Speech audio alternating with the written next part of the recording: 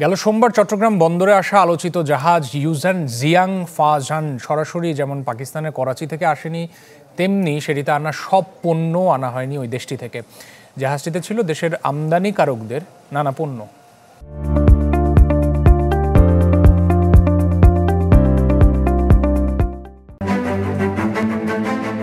গেল সোমবার আরব আমিরাতের জেবেল আলী বন্দর থেকে চট্টগ্রাম আসে কন্টেইনারবাহী জাহাজ ইউয়ান জিয়ান ফাজান। পথে পাকিস্তানের করাচি বন্দর স্পর্শ করে জাহাজটি, যাতে আসা মোট ৫৭ চালানের মধ্যে ৩৬টি তোলা হয় করাচি থেকে। পাকিস্তান হয়ে আসার কারণে এখন জাহাজটি ঘিরে ব্যাপক আলোচনা, তৈরি হয় বিভিন্ন গুজবও।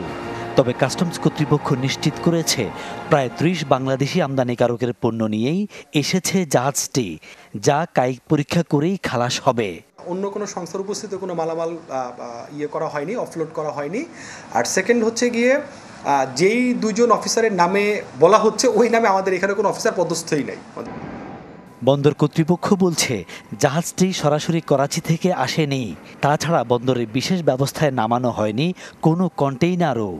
দুবাই থেকে সরাসরি জাহাজটা চট্টগ্রামে আসার পথে পাকিস্তান হয়ে আসছে, করাচি বন্দর থেকে চট্টগ্রাম বাউন্ড কন্টেইনার গুলা লোড করে নিয়ে আসছে। ইউজুয়ালি আমরা অন্যান্য কন্টেইনারের ক্ষেত্রে কিংবা অন্যান্য দেশের কন্টেইনারের জন্য যা করি এই ক্ষেত্রেও তাই করছি।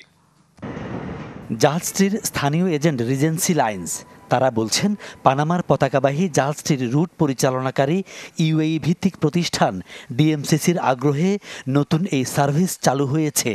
এতে শুধু পাকিস্তান নয়, রয়েছে ভারত, মালয়েশিয়া, ইন্দোনেশিয়াও। অ্যাকচুয়ালি পাকিস্তানের সাথে তো আমাদের কিছু ট্রেড আছে। এই গভর্নমেন্টের সাথে পাকিস্তানের একটা ভালো সম্পর্ক তৈরি করছে, বাণিজ্যিক সম্পর্ক তৈরি করছে।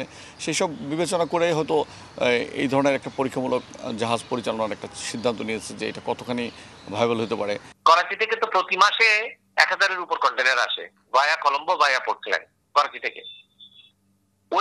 ওই কার্গো গুলো এবং দুবাই থেকে প্রতি মাসে ধরুন ২-২,৫০০-এর উপর আসে। তাহলে ওরা চিন্তা করলো যে কি, যারা এই জাহাজ কোম্পানি চিন্তা করলো কি আমি যদি ডাইরেক্ট সার্ভিস দেই তাহলে ট্রান্সশিপমেন্টের সময়টা বাঁচবে, ৩-৪ দিন বেঁচে যাবে।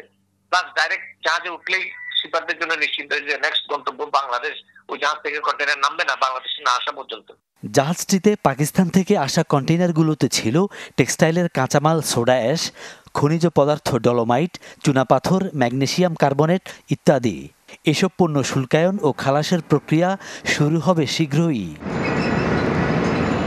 ফখরুল ইসলাম, চ্যানেল 24, চট্টগ্রাম।